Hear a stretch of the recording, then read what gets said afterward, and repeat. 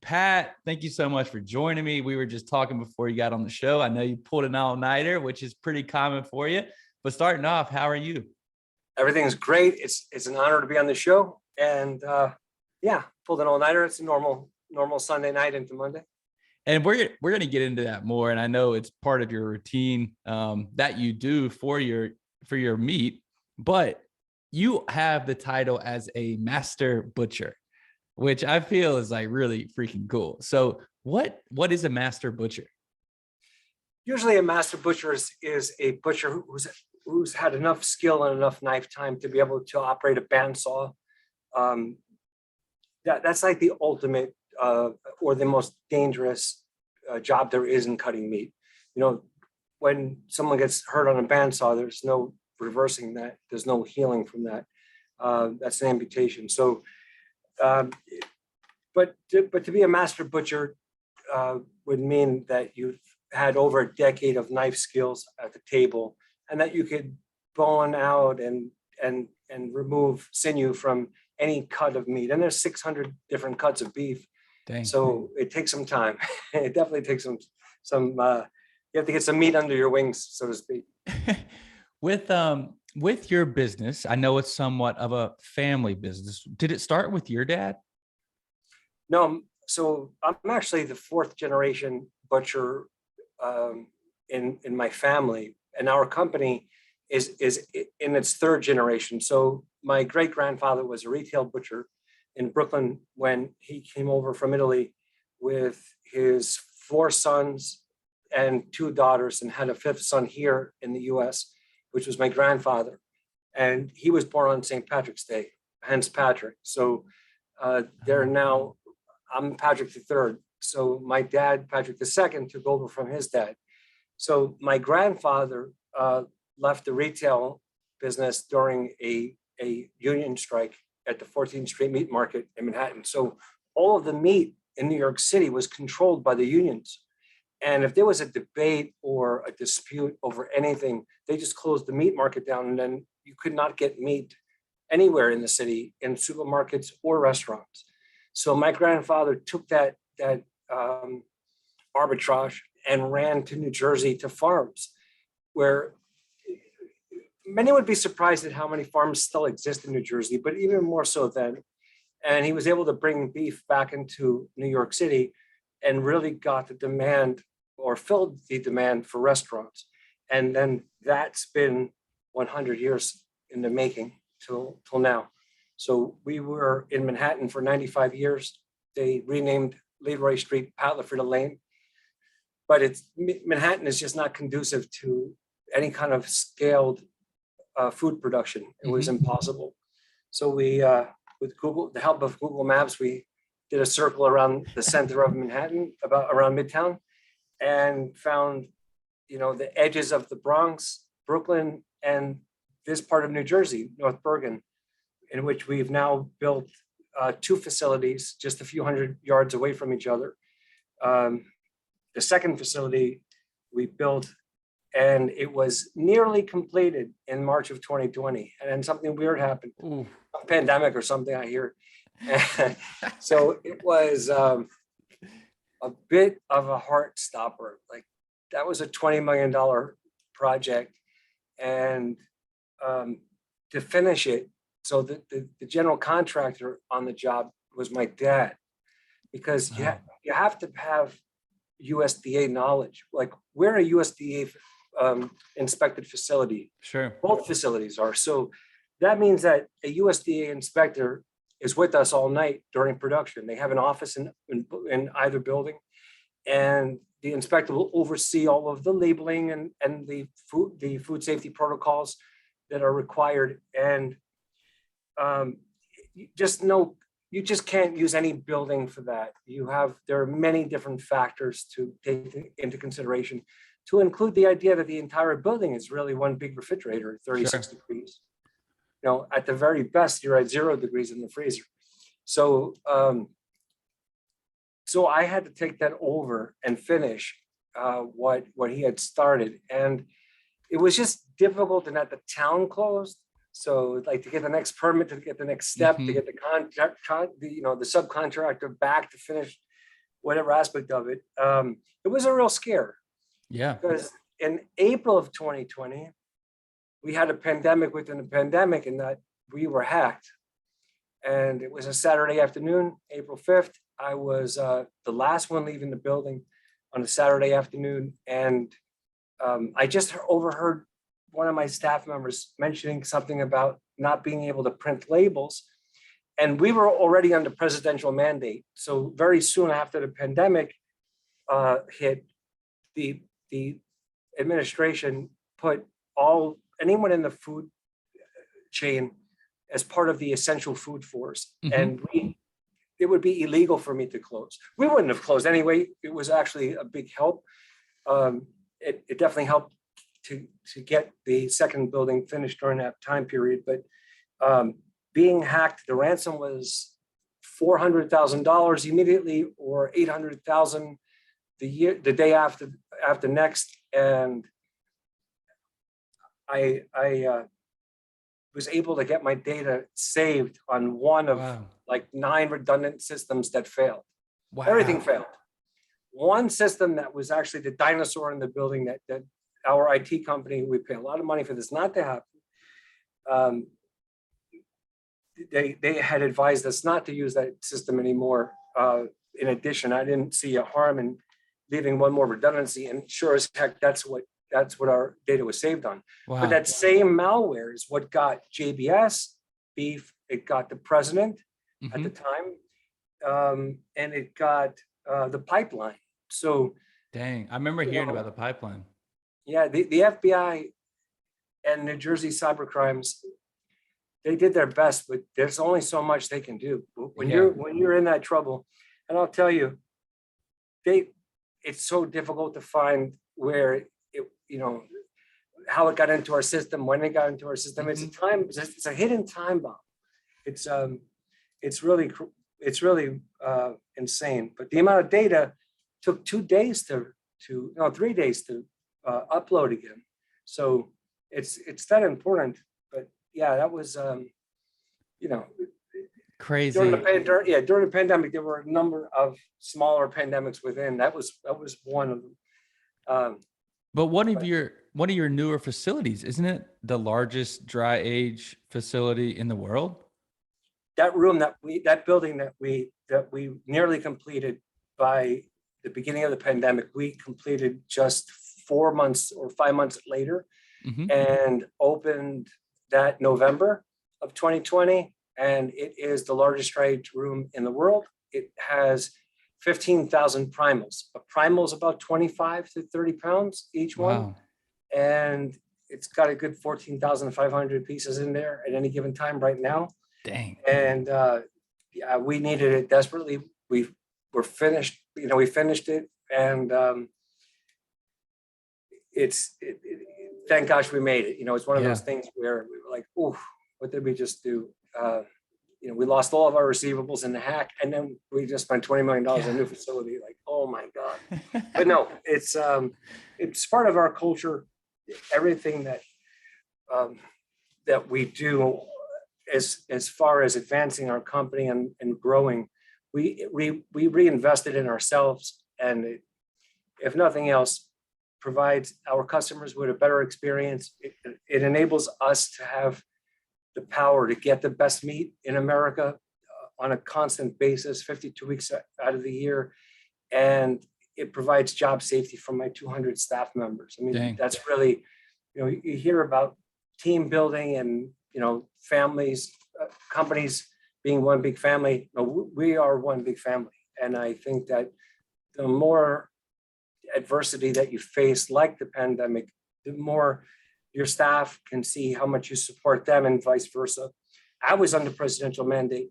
I had to come to work. My staff didn't, but they stood next to me. They never left my side. Yeah. I could never have done it without them. And And explain that. I've heard you talk about it. So under the presidential mandate, y'all were, I guess, mandated to work 24-hour shifts. Well, it didn't mandate a 24-hour shift. It Or mandated that open for 24 we hours. would never, we would never to close. So we're already open 24 hours a day, 6.5 days a week. Mhm. We only have a few hours on Saturday evening where we're not here. Other than that, we're here 24 hours a day. But whereas many companies closed, they sheltered in place, they sheltered at home. We were mandated to come to work and to operate. So my biggest fear was the new facility taking too long to complete before the government would put some more pressure on me to complete it. Because I will say at that time, America did an amazing job, given the circumstances, of feeding people, of getting food out there. Now, there are limitations, of course. Waiting 5 hours at a supermarket to find out that there's nothing on the shelf, it was just a shock of 70% of all meals eaten were outside of the household for New York City residents. So when you cut off 70% of those meals, there's such an overflow onto the grocery store retail line, Sure. that they couldn't keep up with filling the shelves. Like, it was just a matter of, and they were short staffed. So there was never a meat shortage. There was never a food shortage. And that's because of the mandate to stay open. Got it. Like I said, though, we would have been open anyway. Yeah. Anyways, That's what we did. During Hurricane Sandy, we were the only company in New Jersey, and only manufacturing company in New Jersey to stay open. And we had no electric for a week. We had our generators running on both sides of the building. They took 750 gallons of diesel fuel a day. Dang. Each. So, but we were open, and it's that type of consistency that that will keep your customers confident in us. Yeah. And that's advice I give to many other businesses, is if accessibility is huge. The ability to get in touch with someone at your company, if not yourself, that can make a decision. And the second part of that is just to ensure that you're always going to be there, that you're not missing a day because you have a bellyache, Sure. a storm, a pandemic. We're still here. Yeah, right? no matter what. Yeah, because consumers don't care when they go to a restaurant. They want to make sure they expect the product to be there. So Yep. The restaurants expect it to be there, and that's the expectation of the consumer to have it there. Was there early on in your life, did you always think about going into the family business? Was that always the passion of yours? It really was since I was about 10, when in a family business, especially a small family business, going to work with my dad on any day off that I had was awesome. Like, there was a certain respect that butchers had in that marketplace, in the meat market district of Manhattan.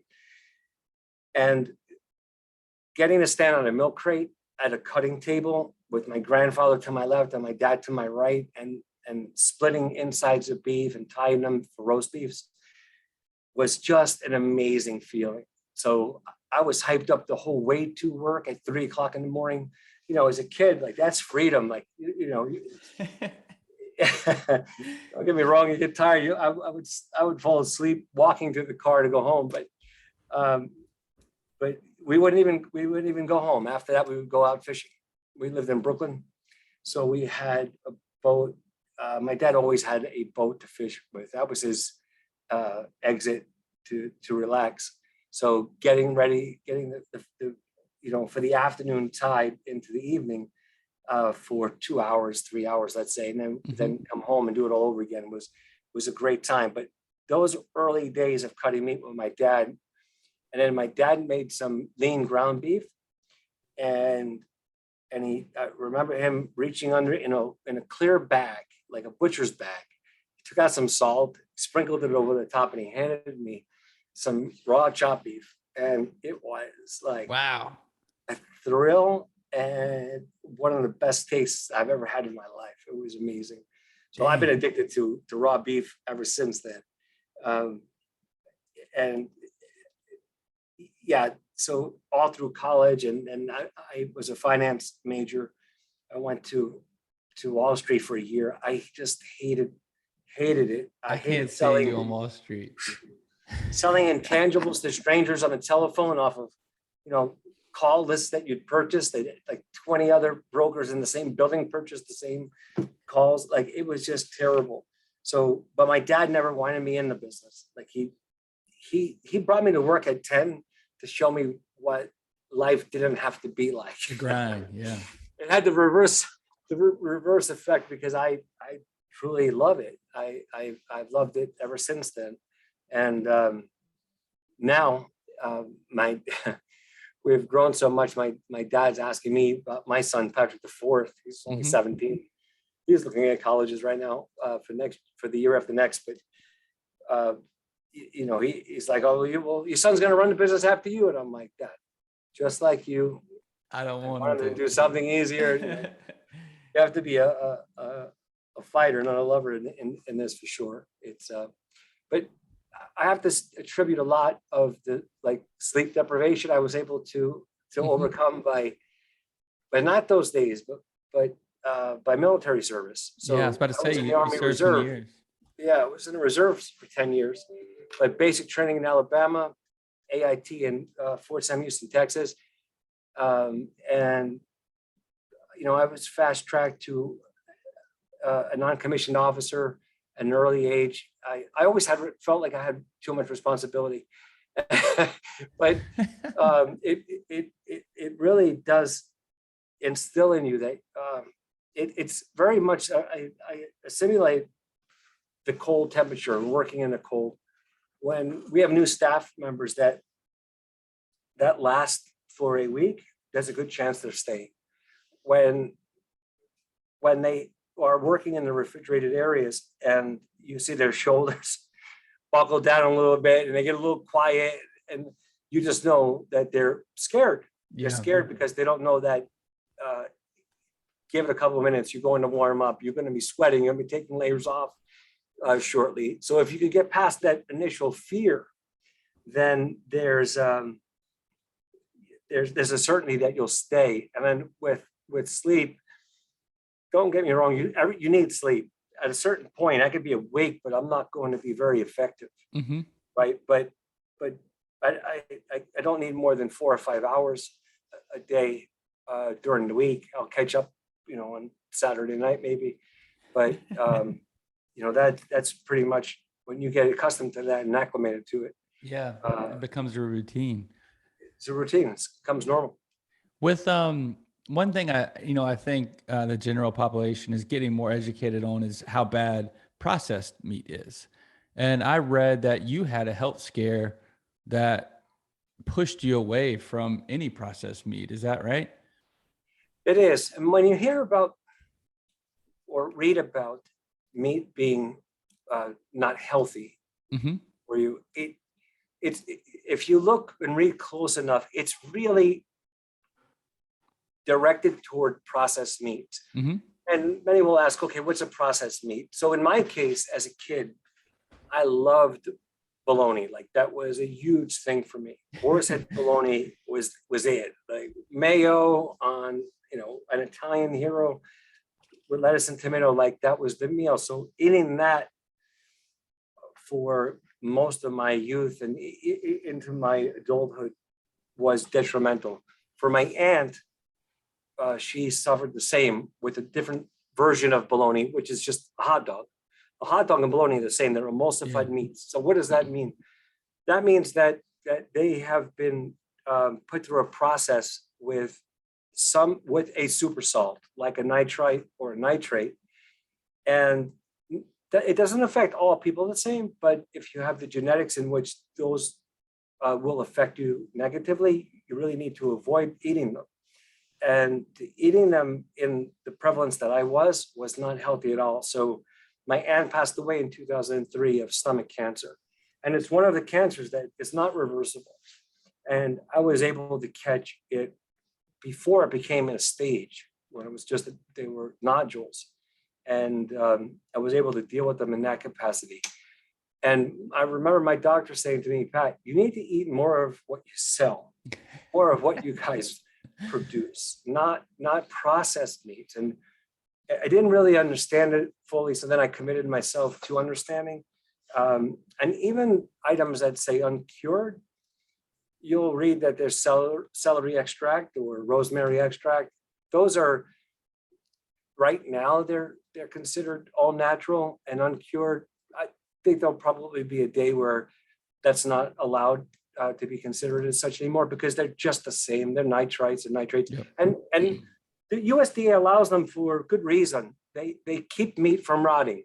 You know, this method dates back to colonists traveling over from Europe and preserving meat on ships. I mean, it's not like it's a new process. It's come to light that it affects some people, like myself, that have, you know, the genetics that are geared to not be able to, you know, whereas I couldn't get COVID when I tried to get it before there was a vaccine. You know, my body it will succumb to nitrites if eaten even on a semi often basis. Yeah, and I think that's pretty darn common, to be honest, with processed meat and how it affects individuals. What does your diet consist of now? I mean, obviously meat. So I love when it's poultry. I eat more poultry than people will ever think. And that's boneless thighs. Like, I like the dark meat. There's no boneless, skinless breast, or they have a great place. They're economical. It's a great lean protein. But to me, I'll take the thighs anytime. But when it's not steaks, well, let's say usually my steak, my go-to steak is a skirt steak, an outside skirt. Was my father's and my grandfather's favorite as well, which says a lot. But the other protein that I intake is from eggs. I don't know. There are very few mornings I go without making a huge omelet to start my day off. So and I eat a lot of sushi. Dang. I was with you, a lot of sushi. But when it comes to meat and how it's prepared, it's very important that people know that especially if it's not a burger, you really want to eat that meat cooked to medium at the most. Anything past that, you're really losing the quality of what was put behind that steak or that cut of meat, because once it turns gray in the center, you've lost all of the flavors that it holds. Mm-hmm. You lose a lot of tenderness too. Now, if it's too raw, it's going to be tough as well. So, there's a happy medium in there. But medium rare is where I eat most of my meat. But when I can, I'm slicing thin slices of inside round, the same cut I did when I was 10 years old. And that's a great source of protein. And, there are vitamins in that you cannot get from a plant-based protein, and I'm not against plant-based proteins at all. I am, when a couple of those companies went public, the media asked me what I thought of them. I was like, I've been distributing that product for 3 years. Where have you guys been? Any source of protein that will help keep the price of beef obtainable by everyday Americans, that's our goal, is not to make beef inaccessible. Got it. So even through this pandemic and through this inflation right now that we're suffering through, the idea of the beef industry is not to gouge people. It is to keep prices low. But it's hard when I can't even buy a truck.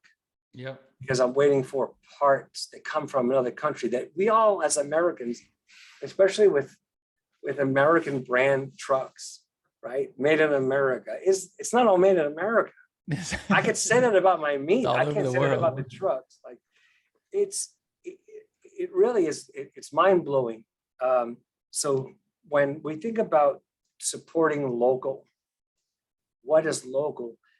I frown. I often say that forget about local. Domestic is local. If you're supporting an American farmer, mm-hmm. I can't just get pork from Maryland because it's closer than Iowa. Because those farmers in Iowa have the genetics, they have the temperatures for that animal to grow the way it will yield the best results. But that's an American farm. That's another generation for an American farmer to keep that property, Mm-hmm. Under the family name, to help them fight against the death tax. And the death tax has taken many farmers' properties away. That's something was getting better in legally, and I think it will continue to, because meat is one of America's greatest resources. I think it will be the parachute in slowing down inflation ultimately, and much of that is due to it's available, it's there. We just need truckers, and trucking parts and fuel to be affordable, to get it out there. And we're doing it. It's costly. It's hurting a lot of us, but we'll continue to do it until those prices recede. But meat prices haven't risen. It's really everything around it has. Have you, do you make sure to source almost all of your meat from domestic? Everything we have is domestic, besides a line of Australian lamb that we carry. And I am the biggest proponent of domestic lamb, but the pricing for domestic lamb at times is absurd. Yeah. And that's for the Lamb Association to control a little bit better. They could do a I've better noticed job. that.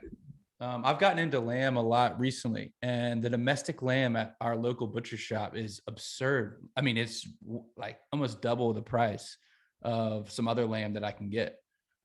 Sure, it is. That really has to do with the way lamb in New Zealand and Australia are grown, and that's off natural grasslands. They're free grazers, and we've heard that term in the U.S. when it came to beef and moving beef cattle around Yeah, I've seen that. state lands to feed off of grasslands. In Australia and New Zealand, that's all they do. The lamb, they mow the lawn, and it's effective, and That's pretty cool. it's inexpensive.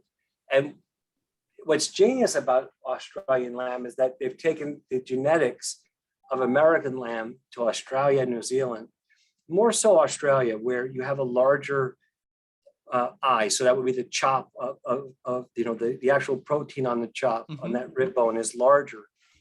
And they brought that. So they have a combination of American genetics with the grasslands of Australia, whereas why domestic lamb is so good is because it feeds off of grass for most of its life, like beef does. And then it's finished off on natural grains and legumes here in the US, and it gives it that richness and sweetness. So you'll notice that the older generation doesn't like lamb as much as the generation after. And that's because after World War II, there were no real good lamb to eat. It was just mutton. And mutton has a strong taste. It's a very gamey taste that most, especially coming from Europe, they never want to eat lamb again. Whereas I told you what my favorite cut of beef is. My favorite type of meat to eat is lamb. Okay. So, I mean, lamb chops, lamb top round of from the leg is amazing. To me, it's tasty. It's not gamey, but all of that is domestic.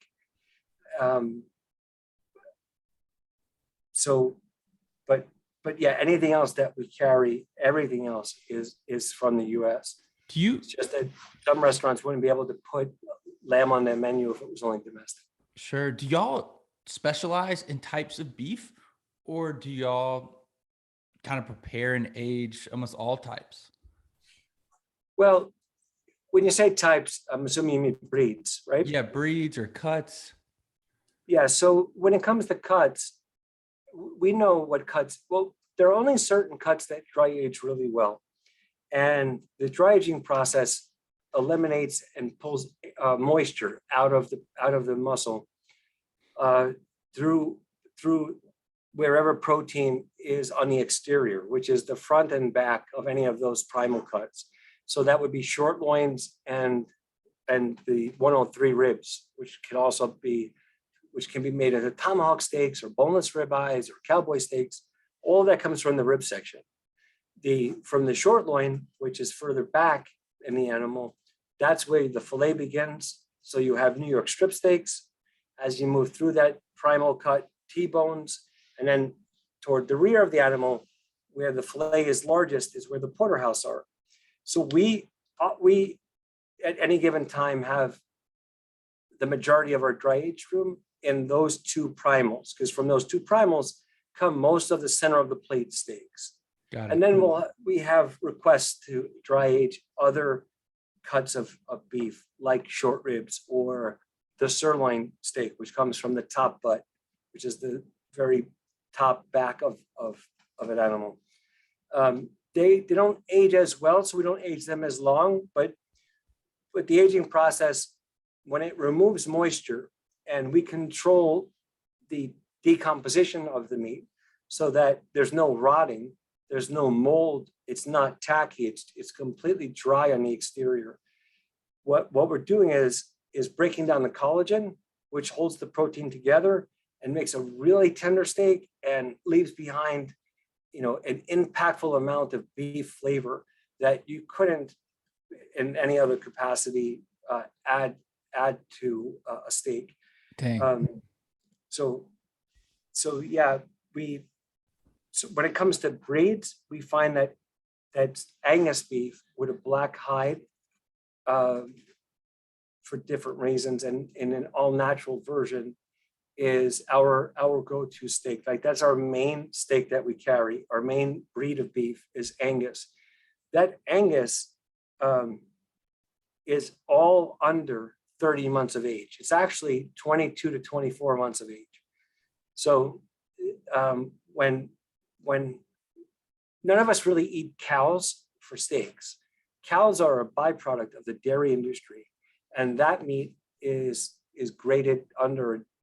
It's actually not graded. It's called utility meat or Okay, no. I didn't know that.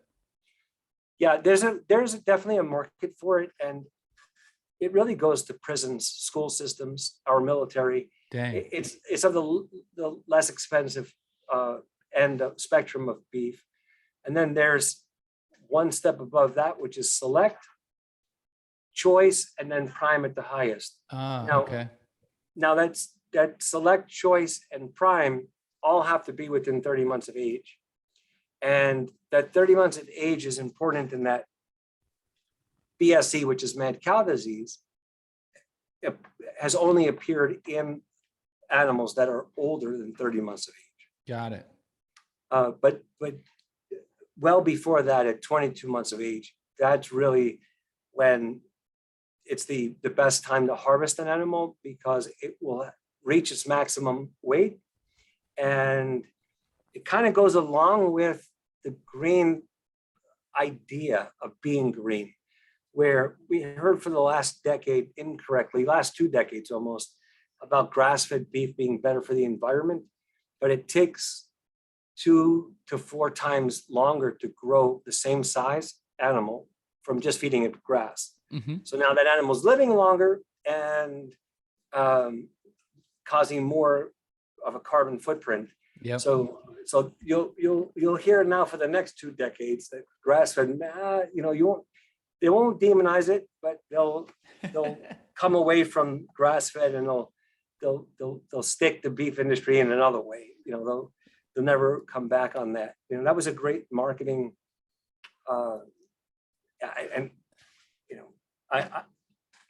I carry grass-fed beef. There's nothing wrong with grass-fed beef. I just think if you follow the narrative of greenhouse gases, then it's not better for the environment like we were promised it was. But famous Bill Curtis from Chicago owns Tallgrass Beef Company, and 15 years ago, he and I partnered up, maybe even 20 years ago, and we were the first in New York City to distribute grass-fed beef. Just couldn't get enough chefs to like it. that marketing plan hadn't come around to be a household message yet. Yeah. And we were a little bit before our time, but as it turns out, it's not better for the environment. I feel like there's a lot of falsehoods around the meat industry and meat in general out there. So I know y'all service, almost every restaurant in New York City, and y'all do something with your burgers and the way y'all prepare the meat for the burgers. But what are so let's talk about the burger meat you prepare, and then other products that you're able to prepare for your restaurant clientele. Well, my grandfather had a saying, and it was that you can't hide your sins in the grinder. And what he meant was most butchers take whatever scraps and trimmings they have left over at the end of the day, and they grind them. And it usually comes out to a pinkish color that's all one color of a burger that you really can't control the flavor of. So he was well ahead of his time when it came to burgers. So we don't even call chopped beef ground beef. It's chopped beef because it's really chopped, meaning you can see the particle definition between the protein and the fats. And that's really what you want for texture. That's what you want to cook a burger to a temp that you want and still have flavor. And that's what you want to do for food safety and quality.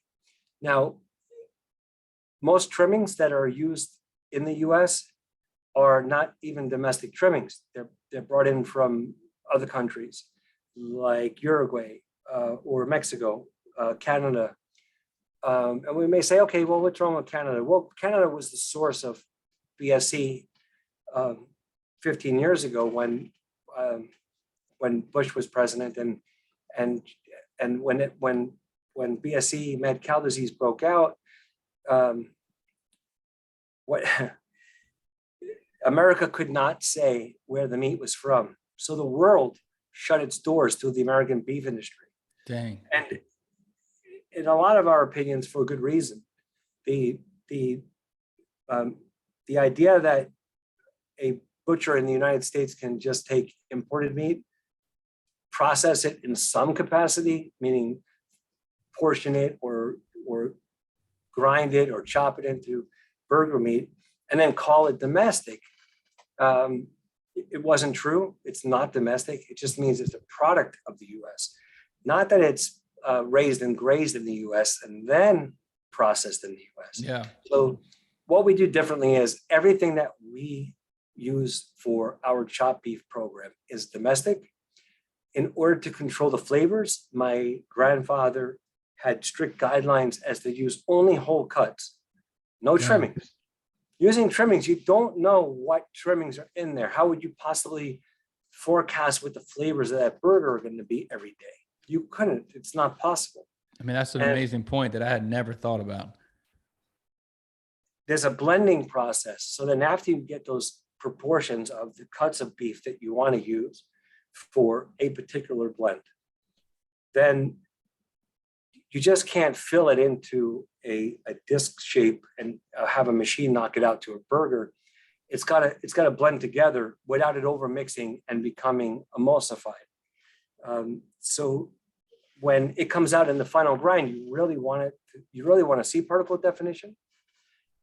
Again, that'll go towards texture. And then I'm sure we've all experienced that gray burger. There's a market for everything, but in a cafeteria, let's say at school or in a fast food restaurant, you never really take the burger off the bun and say, oh, just eat the meat, it's great. No, it's usually whatever else is on that bun with the sauces and together, it's something that's edible. So when you make chopped beef instead of ground beef, and you use domestic whole cuts of beef that are very specific and consistent, then you can control the flavor of what you're serving. And that's been our point of difference. And we just, as time goes on, as I said, there's a market for everything. There's nothing wrong with mechanically deboned beef, which is sometimes called pink slime. Um, it's not what we want to be known for. It's not what we want to carry, but it's usually in the mixture of almost any other beef processor, just to keep costs down, because it's inexpensive. And you're literally taking bones and they tumble through a machine, and these little claws, mechanical claws, are pulling off every last piece of protein Dang, from those bones, that's crazy. and just processing them into almost a paste, the exact opposite of what we want in a burger experience. So, not, it would be very difficult, but there are some burger blends that are strictly mechanically deboned beef, or finely textured beef is another phrase that you're allowed to say. But we don't mess around with any of that. We would never. It's just our culture. It's what, we like to think that our grandfather's proud of what we're doing, and that we're following in his footsteps. So when the prices go up, it's difficult. When the economy takes a turn, it's difficult. But it's not one of those things where we say you get what you pay for, but you really do. Not much more money. We're talking cents per pound, which comes out to less than that, as a fraction of a pound per burger. You can really eat a domestic product that's made from specific cuts of meat, which are so much safer for anyone to eat, because the amount of surface area on a whole cut of beef that weighs 45 pounds is much different from the surface area of trimmings that are just shrivels or slices of anything you can think of. So never judge a burger by what you see in super retail markets, where it just says 80-20 or 90-10. 80-20 burger meat, by the way, when it cooks down to be leaner than 90-10. So you don't need 90-10. It just makes it harder to cook. But yeah, you really want to be conscious of what's in that burger. Yeah, I've been using a local farm. I think I purchased 40 to 50 pounds of, I guess they call it ground beef. But I'm doing my best to like make sure I know where my beef is coming from, to make sure the quality of it. Cause I told you before we started recording, beef has been a big part of my diet recently. Other products y'all prepare for restaurant clientele, what are some of the like most popular products y'all prepare for them? I would say, even though it's definitely of the expensive cuts, but we probably make 10,000 portions of barrel cut filet mignon steaks every night. When it comes to, first of all, we carry every type of meat, but we only carry meat. We're never going to carry seafood on the side. We have frozen shrimp, no. We're the meat.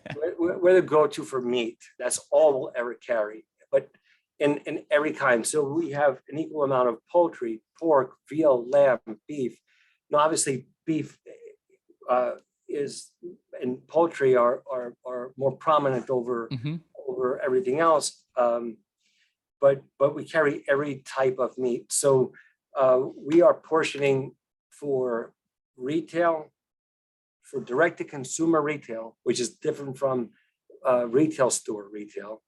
And then for restaurants, and our trucks deliver from here to Las Vegas, from Florida up to Cape Cod and Boston. And then we have truckers that bring our product around the country to all 50 states. So when it comes to what we make, we have all of our dry aged steaks.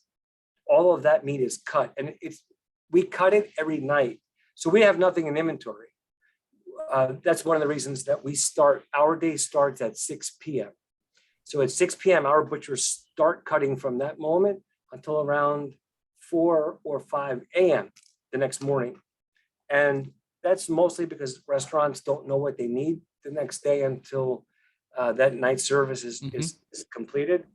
So in that time period, we are making everything from turkey burgers to chopped chicken to Italian sausage, Dang. hot, sweet, cheese, and parsley sausage, barrel cut fillets, dry aged steaks, and in their fresh cousin versions, in flat irons, hanger steaks, you name the steak, we cut it in abundance, and we filled up that new building in a very short amount of time. How many would you say 6 p.m. hits? You know, how many butchers do you have on the line or working at one time cutting meat? Between 65 and 70 with knives from 6 p.m. on. Dang. It's a strong force. You know, we have a fleet of 50 of our own trucks. So that's 50 drivers plus helpers. And we, you know, all our daytime crew is in the daytime, when we're not processing beef, when we're not cutting beef, we are sanitizing for our preoperative inspection before we start the next night. And then we have to receive all that beef back. You know, we get tractor trailers of deliveries all day. We wouldn't be able to accept them at night. We have too much nights more for outgoing, and then during the days for restocking and incoming. But no meat's allowed to be unloaded unless it comes with a COA, which is a certificate of analysis that lot of meat for that one pallet, which is about 1,500 to 2,000 pounds, has been tested, and there's a negative test for any pathogen. So, and then within the building, we have our own safety protocols and further interventions to make sure that if a pathogen naturally existed, we retard the growth of it. So, you know, I mentioned food safety a lot because, you know, it's one of those things that when I first started out with my dad, it was not easy to accept the idea that a governing agency could walk into any room of the building as if it was theirs.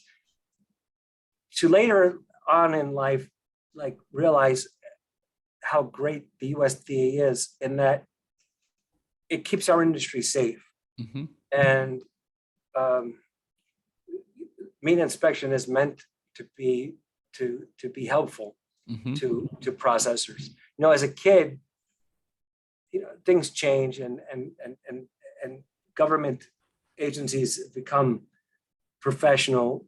But as a kid, I just saw a lot that weren't, and it was just a hard thing for me to overcome. You have to think about that. If you owned a business, if an inspector could come in unannounced every day, shut it down, right? No fiscal penalties, shut down. It's worse. You'd rather pay a fee and keep going. But when you it does provide extra jobs for, so I have a whole staff of QCs that walk through our building throughout the entire process to make sure that we're adhering to every food safety protocol and following our HACCP programs. But again, it's you know, it's a government agency that has been very helpful to my industry.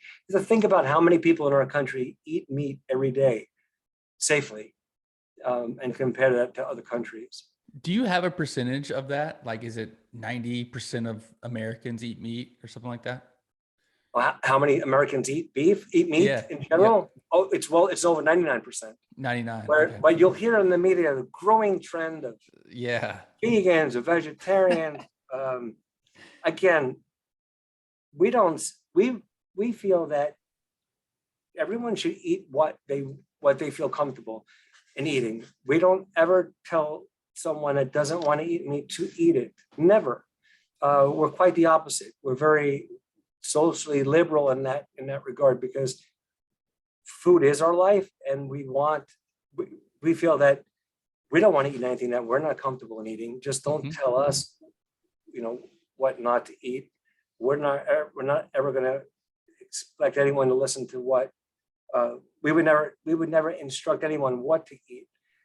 When they ask my opinion, I'll tell them, but I'm not an advocate for. I mean, my mom, I think a lot has to do with my dad and my mom getting divorced years back, but she became a vegetarian. I'm like, come on, Mom. I see you eat. You're just saying that to spite Dad, and she'll giggle about it.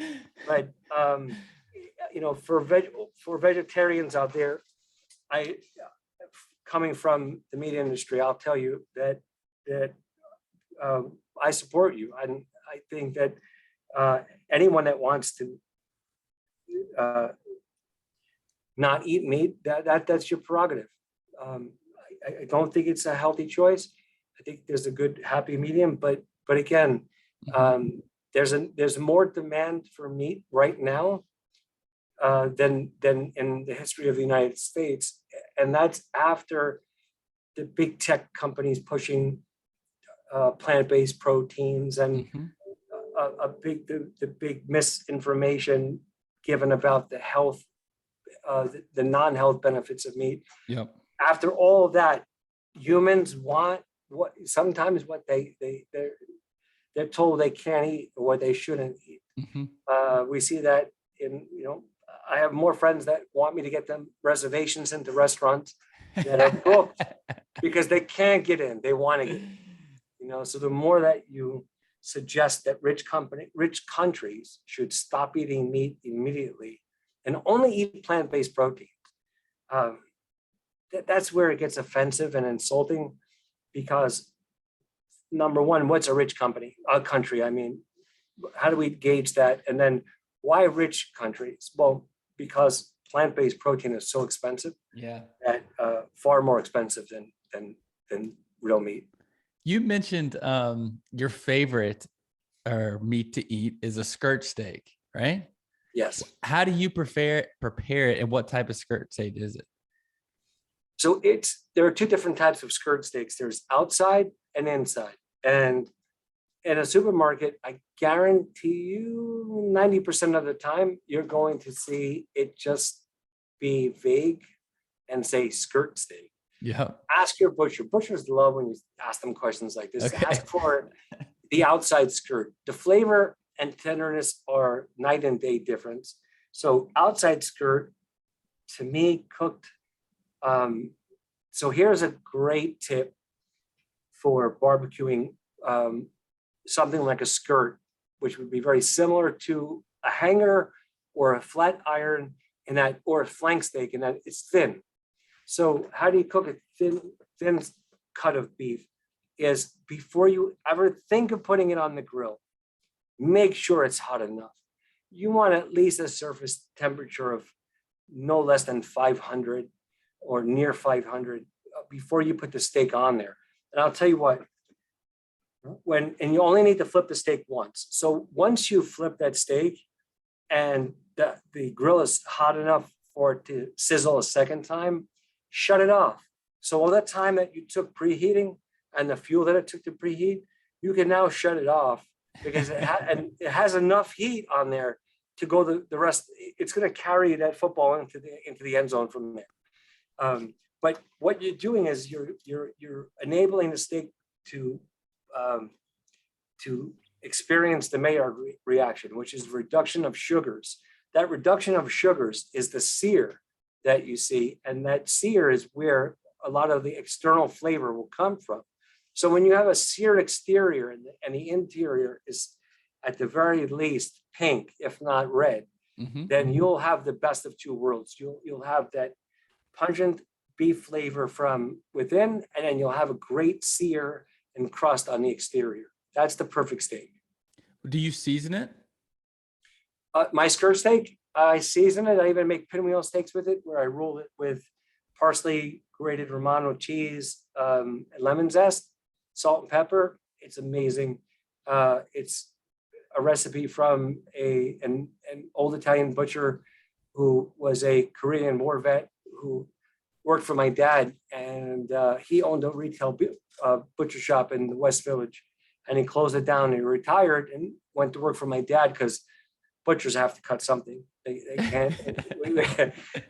They can never rest. So it was his task, really, as my dad ran the company, to teach me how to cut meat as a kid, and I learned a lot of great lessons from me. But skirt steak pinwheels are one of those great lessons, and Very it's cool. something that it was a big seller for him in his retail shop, and he used to make it for himself for the weekend. So of course I wanted to eat it for the weekend. Imagine my family's favorite cut of meat now prepared in a way that was different and really tasty. What would you say you see most like home grillers, people like myself doing wrong, or a tip that they could do better? I definitely think it goes back to the temperature of the grill. And I'll tell you, you can tell in an easier way by dropping a few droplets of water on the grill to see if it's hot enough. It's got to sizzle up immediately and evaporate. Or you can just get, they're really inexpensive. They're like $4 or $5 each. They look like hockey discs. Mm-hmm.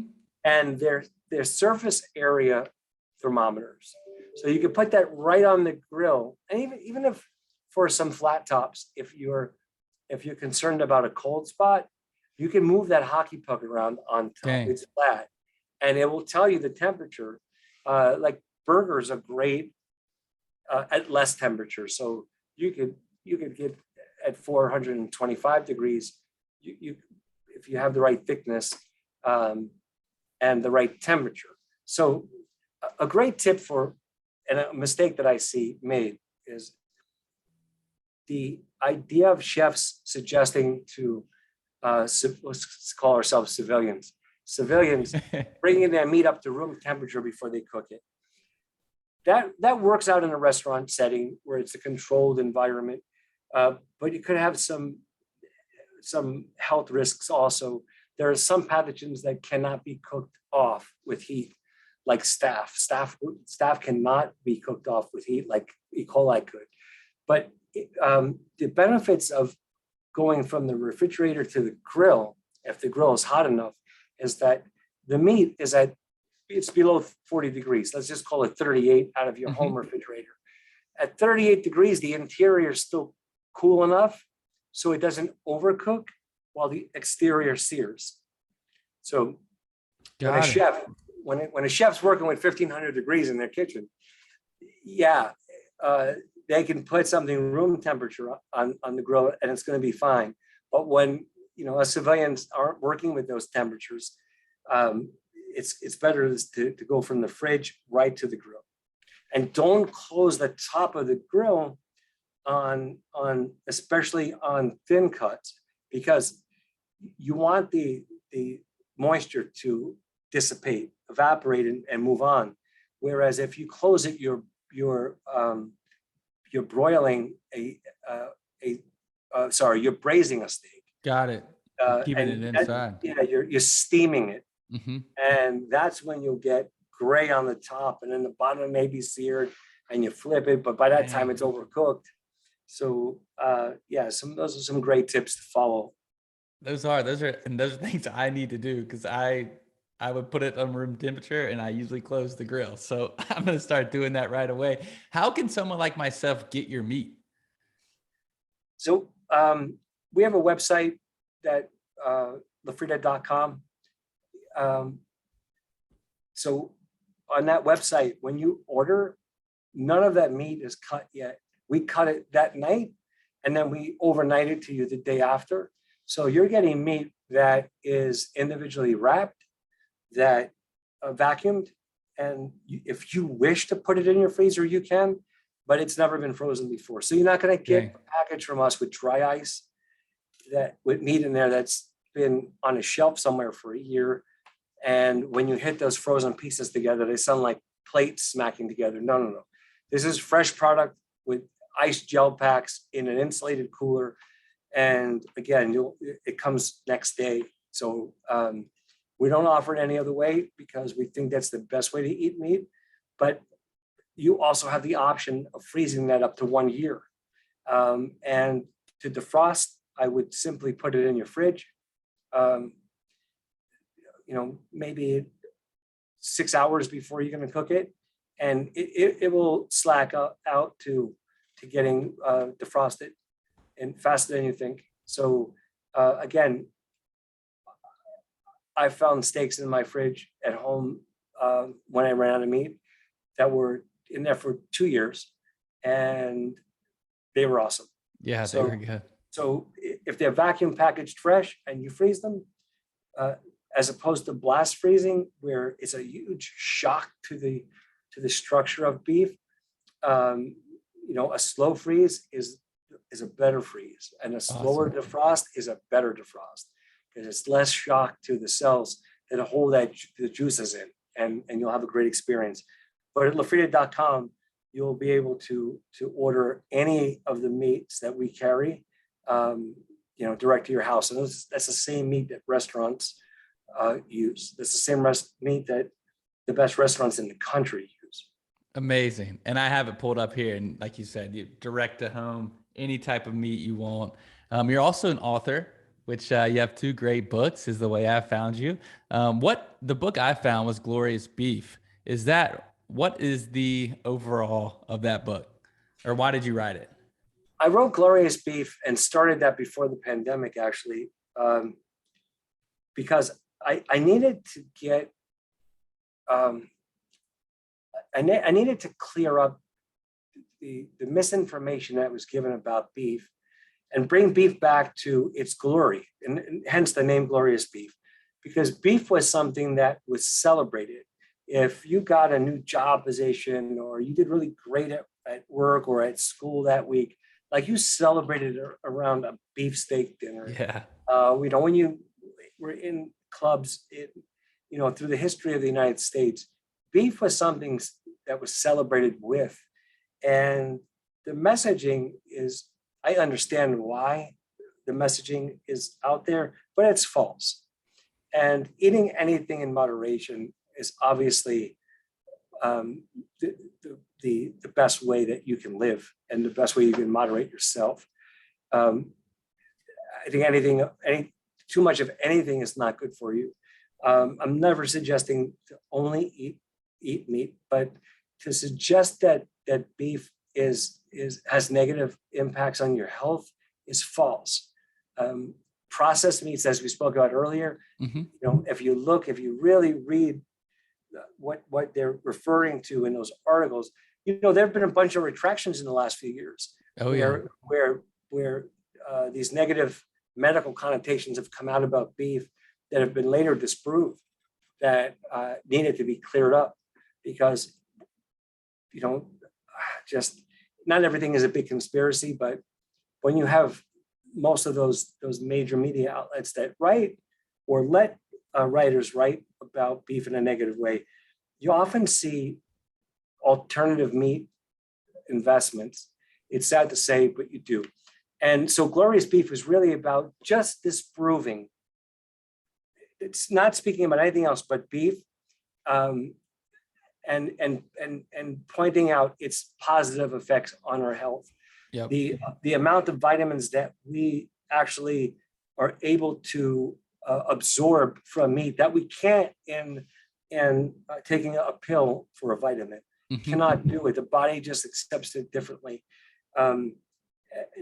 So just going through the history of beef, and there's also a lot of great stories of, what I try to do as someone that grew a business, and I feel very blessed for doing so. I try to share those experiences with other entrepreneurs, and I mentor so many different businesses, even through the pandemic. There have been many chefs that have been that tapped out and called me during the pandemic to say, "Hey, we're done. Like, it was lovely doing a business with you." I'm like, hey, stop right there. Get off the couch, get to work, do curbside pickup. If you remember back then, do curbside pickup. So when this lifts, you need a staff, you need your infrastructure there. Otherwise, yeah, you have to quit. It's one or the other. And then they went back to work, and I would say 95% of those that went back are a very big success and really run the industry right now. They run the high-end dining in New York City right now. Very So, true. you know, I don't mind making mistakes. I'll continue to make mistakes the rest of my life. But if I can help others by sharing those mistakes so that they don't have to make life easier, there's plenty of room in our business for everyone to be successful. So I try to help people in every industry to grow their business in the U.S. and to make sure that and instill in them the one essential key idea that has really given me strength through competing against billion-dollar beef companies or meat companies. I mean, don't think I'm standing here like on the harmonious side of the beef industry. Within the beef industry, the competition is fierce, but never underestimate the power of a small company. And I don't say that lightly. So for any of those running your own business, regardless of what industry it's in, the idea that you control your destiny, there's no red tape, there's no board of trustees that you have to pass something by. There are no other motivations in the company. If you're a small company, you get to really direct your destiny and you make the decisions, which may be the one thing that puts you above a huge conglomerate that you'll never beat on price, but you will beat on service and you will beat on consistency, and you'll set yourself apart from such companies. So that's one thing. And through the book Glorious Beef and my original book Meat, which is, that was truly a book that continues to do really well. And it's not for book sales. Like our book sales deals are done. Like the first book, just called Meat, Everything There Is to Know, is a guide to all of the cuts I spoke about today and beyond, of course. Whereas Glorious Beef is more of a family memoir and a guide back into history of celebrating beef. I love it. And that's a great way to end it. I mean, you've been so gracious with your time. I know your schedule is crazy. But thank you so much for joining me. I'm going to have all this listed in the show notes, your website, Awesome. all that good stuff, your books, so people can reach out to you or get your meat, get your books. And I mean, like I told you, I love beef. I love meat. It's a huge part of my diet. And like you said, the part you're doing to help educate people on the positive sides of meat for individuals, we need more and more of that. So thank you again. Thank you for coming on. Thank you. This has been awesome. I really appreciate being on. It's an honor. Again, Thank you.